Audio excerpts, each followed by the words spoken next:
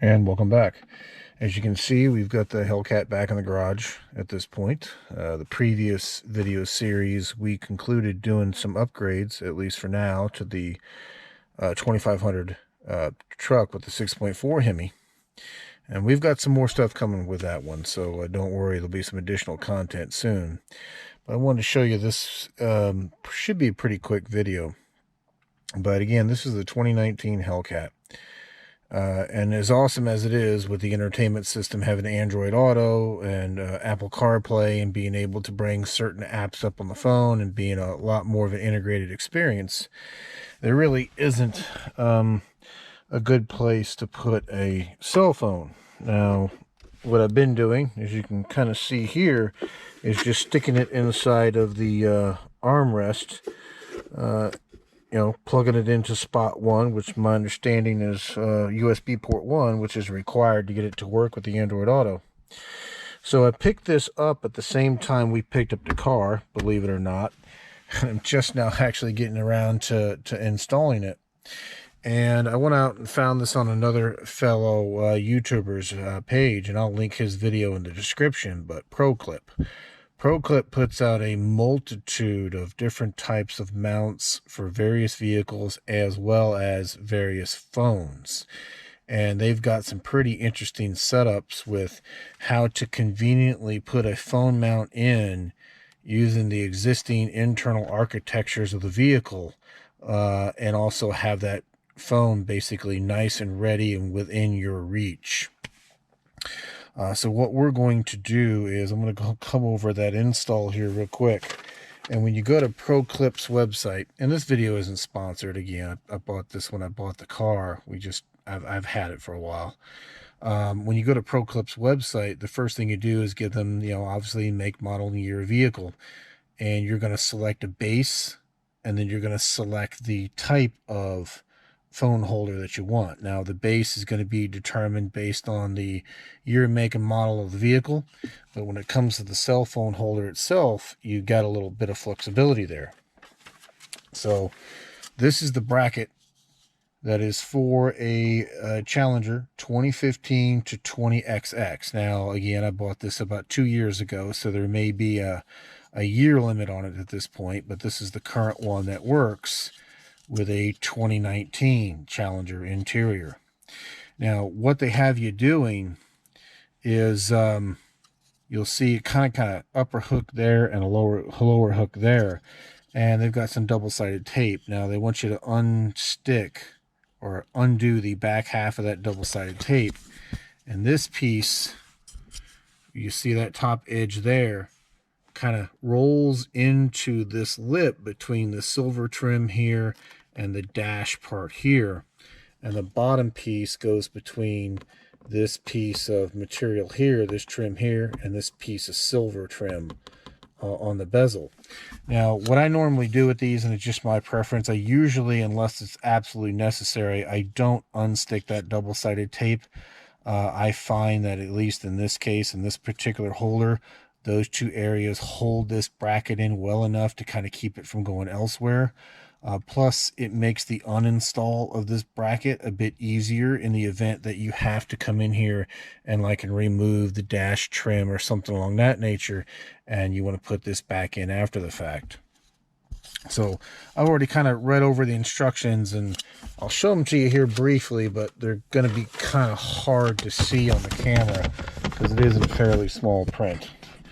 And they had some design changes. You can kind of see that's an older style clip there, and they do make a note that if you look down this picture here, you'll see the updated clip design. They just got some older pictures in here, but the install method still applies. And again, these instructions are 2 years old. They may have updated it by now, but in a nutshell, what you're doing is they want you to clip the top end in first. So what I'm going to do is tilt this bracket completely up, and hopefully you can see that, but I'm going to get it in between again, that silver trim and the dash pad itself. Once it's in there and you can kind of feel it seat, just take it and roll it downward. So you can see that that's now in there.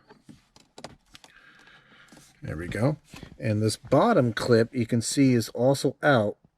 And all you generally have to do is kind of pick up on this clip a little bit. I'm actually going to slide this back just a hair. There we go. There we go. That bottom clip lines up a lot better. And then just take that bottom clip and push it forward.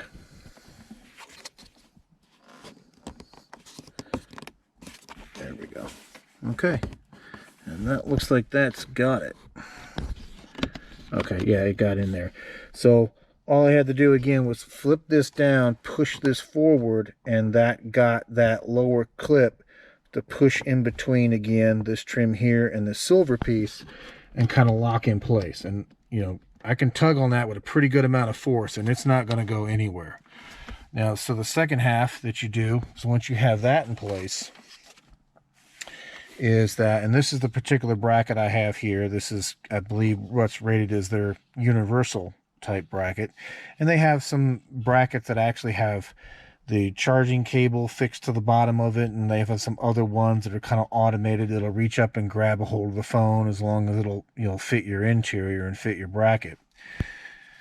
This one, just loosen up the center screw in the bracket, and that center screw is captive. Once you have that loose, that separates the bottom mounting piece. And then on this bracket, you'll see you've got 6 positions here. So you can have this bracket on here on this end, more towards the stick shift or kind of more towards the driver's seat.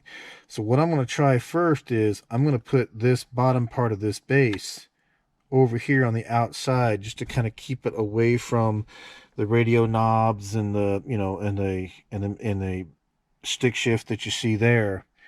And I'm just going to put these 4 mounting screws they give you, which I'll show you. These come with the base, the particular phone base that you're going to use.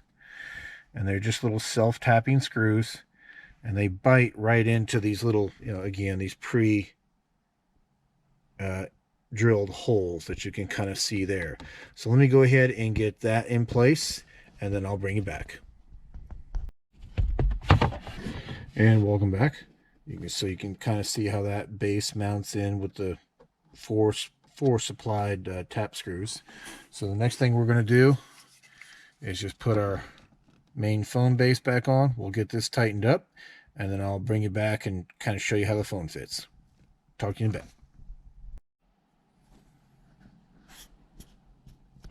And welcome back. So you can kind of see we've tightened up our center screw here onto our base. So this is nice and secure. What you do to adjust this particular universal base is that you just loosen up the top and bottom screw, and that will allow you to slide these sides out. And what I found useful to do, because it'll actually put a bit of tension on it and help hold things in place, is to put your particular phone up in there with the particular external case that you're using, just so it counts for its size. Kind of put it in there, squeeze the 2 sides together, get it to where you need it.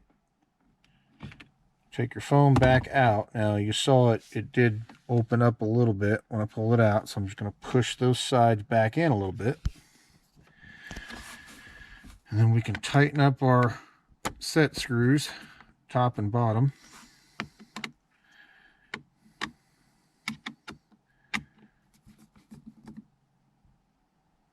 There we go. And now we should be able to take our phone and just slide it into position. So you can now see that we've got our phone in. It's not going to mess with the being able to get with any of the radio controls here. It's not going to mess with getting our stick shift into reverse, so that would be the far over. And it gets it out of the way of our radio. It does block this vent a little bit, but as you can see, that's not really an issue because you got a pretty good amount of gap in there. So just to verify it, let's see.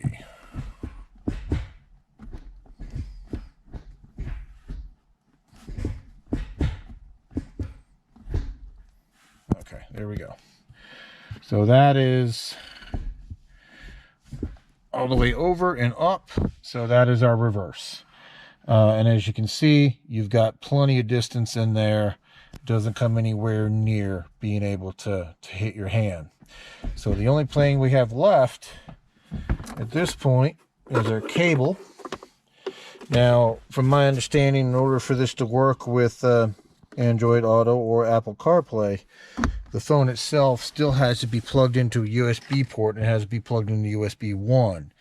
But you can kind of see we still got enough room in here to get our cable in there. And you can see we just started charging because that port is active, even with the keys off. So be mindful of that.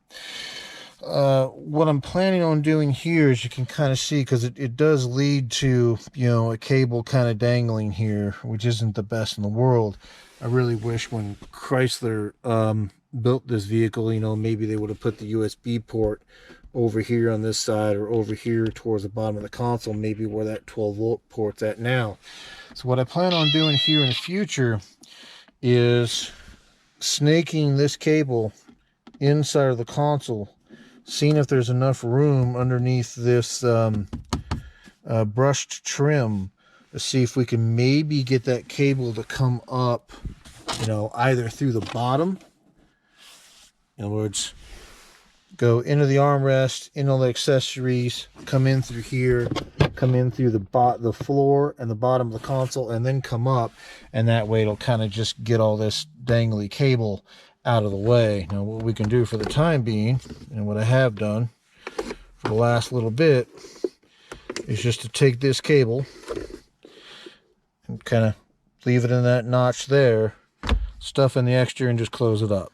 And you can kind of just take this cable and kind of do like I do if you want, and just kind of shove it off here to the side, and you can kind of see that it does a pretty good job of being able to neaten it up and also keep it out of your way. But there you go. That's just a quick part of this video showing you that ProClip install. As you can see, I like it because it's very non-intrusive. You know, it doesn't need any holes or anything drilled into the dash. So the one thing I did do is I did not undo that double-sided sticky tape, because it does afford you the ability. And even if you did stick that double-sided sticky tape, I have a few other Chrysler vehicles which I've done that on, it's still fairly easy to remove it. And even in this car, with that tape not stuck, all you have to do is pull up just a little bit of force on this bottom end. In other words, push in on the bottom, so push it up slightly, and then pull it out, and you can get this bottom piece to unclip, continue to rotate it, and you'll get that top piece out as well.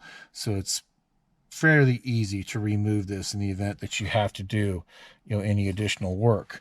And that pivot, to show you this as well, maybe you want your phone angled more towards the driver's view, that what you can do is that you can just loosen up that center screw a little bit, and you can see I can turn that. So I can turn it that way so it's more towards me. You can go more towards the driver. You can go up with that universal mount. You can also go down. So it's all up into the position that you want it in. When you're happy with it, you just retighten that center screw. And again, that center screw is also what's holding it to that back half piece that gets screwed into the bracket itself. So with that being said, I'll go ahead and cut this part of it. And it's just a real quick, very nice cell phone holding system. And again, I'll link Work Play Drive's video in the description, because due to his videos is kind of where I first saw these clips. So with that being done, I'll go conclude this part of the video, and I'll bring you back for the next piece. The next piece we're going to work on is a certain year Chrysler vehicles, and I believe it was 2018 on up, or maybe even 2017 on up. They started to incorporate what's known as a secure gateway. So if you plug into the ODB2 port with what they consider an unauthorized scanner or utility, you can read codes out of the modules. But if you have a bidirectional scan tool and you want to do some testing, it won't let you trigger functions. In other words, it won't let you activate anything, because that secure gateway that's inside your vehicle intercepts it and says, you're not authorized to do this. And the scan tool that we have is compatible with Chrysler's ability to do this, but it still requires downloading the module onto the scan tool and then registering my scan tool with someone who has an account, like if you were working for a shop, the shop you work for would have an account that you would register your scan or a compatible scan tool with in order to gain access into being able to authenticate and having Chrysler basically bless the scan tool, so to speak, so you could plug into the standard ODB2 port and be able to make, changes to the ECU or issue bi-directional tests, things of that nature. So without jumping through a bunch of hoops and, trying to see if I could get, a Chrysler membership on and of my own, being a DIYer, there's a couple of things that you can actually do that will kind of get around that secure gateway box that you have. One of them is buying a pinout tool in which you can locate the secure gateway module in your vehicle, unplug the two connectors that come out of it, plug it into this adapter cable, and then plug your scan tool in the adapter cable, and that'll get you access to CAN high and CAN low, and then it gives you the ability to run those bi-directional tests and such on the vehicle, because again, you've disconnected the secure gateway, you've taken it out of the loop, you've taken its connections, plugged it into an adapter cable, and use that to access and talk to the vehicle modules. Another way of doing it, I'm going to try this as an experiment, is that Z Automotive puts out a product called a Z Automotive Taser that allows you to make modifications to your vehicle, like if you go higher, bigger tire sizes, to adjust that, make adjustments to the tire pressure monitoring system and several other vehicle settings you can change. But in order for Z Automotive Taser to do what it needs to do, it runs into the same issue. Newer vehicles, the secure gateway module is going to block you from making those modifications, but they sell a bypass kit. So I'm going to show you the install of that bypass kit and see if it will also allow us to use our scan tool to basically be able to get full access to the system and not get blocked. I believe that it will work based on what I can find on the internet and what I can find on the writings of it. And I just want to let you know that, again, I went out and purchased the kit with my own money. This is not sponsored. This is not their opinion of how to use this kit in any way, shape, or form. But what I will do is, if this works, it'll give me an alternate ODB2 port that will be in the back of the trunk, same area where the vehicle stores its battery and other connections. And then what we can do is we'll be able to plug the scan tool into that port instead of the one up near the dash. And that should allow us, in the event that we need it, to be able to run those bi-directional tests and such. So what I'm going to do is going to go ahead and get that kit, and I'll show you the other way of being able to get a scan tool to talk to Chrysler Systems internally. And then I'll bring you back. Talk to you in a bit.